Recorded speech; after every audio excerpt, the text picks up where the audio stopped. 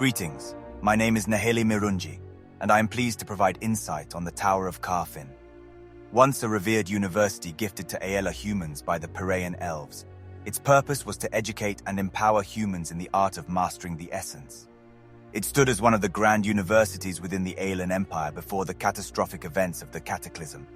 Historical accounts suggest that Laria Lamonte, one of the Aelan Empire's most prominent mages and the head mistress of Carphin, sought to cast a spell that would buy time for the capital.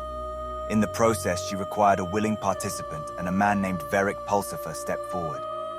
During their ritual, Laria and Veric unleashed an unknown and devastating force that resulted in the deaths of countless individuals and inflicted a deadly corruption upon both of them. This corruption manifested in the form of a mist that began flowing down from the tower, its origins shrouded in mystery. This mist has transformed the inhabitants of Carphin and the surrounding areas into undead beings and prevented the ancients from crossing the waters. As a result, the ancients had to construct their own apparatus to transport their legions across to the capital. This temporary solution provided the necessary time for the Aelan Empire to respond to the crisis, or so one would assume. Let us delve into the details of the tower and explore its flaws. It is presumed that upon entering the first level, we would be greeted by the Arcanium.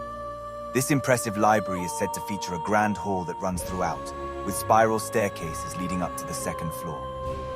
While it was once devoted to research and magical exhibits, we can now only imagine that it has fallen into disrepair. The walls are adorned with alcoves containing statues of varying sizes, and stone bookcases, pedestals, and benches are scattered throughout the space. Some Sanctus scholars have even suggested the presence of blood pools along the floor, seeming to originate from the floors above and trickling down the walls both inside and outside the wreckage, though others may find this notion implausible. As we venture further, the second floor, aptly named the Administrati, boasts a collection of private offices where wizards and professors can delve into their studies without disturbance. A commodious lounge area awaits on this floor, providing a space for meetings and well-deserved repose. Within these hallowed walls, a wealth of knowledge is stored, from historical archives to papers detailing research on the many facets of the essence. Moreover, rumor has it that an arcane elevator, situated at the heart of the level, grants access to the rest of the tower. Beware, however, as one may encounter not only soaring volumes of arcane tomes, but also treacherous mimics disguised as laboratory equipment or scholarly materials. As we ascend via the arcane elevator to the third floor, we catch a glimpse of a magnificent collection of viewing galleries that would undoubtedly leave a lasting impression on any magical enthusiast. These galleries are painstakingly well preserved, showcasing a stunning array of construct models and historical magical theories presented in a format reminiscent of a grand museum. The opulent crystal architectures and ornate decorations would surely have been intended to impress not only aspiring students of magic, but also esteemed patrons and foreign dignitaries. As we ascend to the fourth floor, a daunting sight greets us. A once grand teleport nexus has been transformed into a chamber of sacrifice, where desperate mages have resorted to unspeakable acts. The quarantine and customs rooms that once occupied the space have been repurposed into dismal cells, housing the unfortunate victims of these heinous rituals. Forbidden and long-forgotten forms of magic have been performed, betraying the very ethics and conscience of these mages. At the top of the elevator lies a room that appears to have been used to channel large amounts of essence from the summoning room directly below.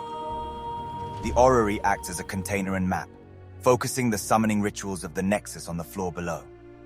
The spiral staircase, now in disarray, winds its way up the open chamber, occasionally giving way to partially collapsed and decrepit platforms. Directly above this lies the observation level, boasting large open viewing areas and a lounge, as indicated by the maps we have received. However, it appears that this area has been exposed to the exterior, with large portions of the wall deconstructed and destroyed.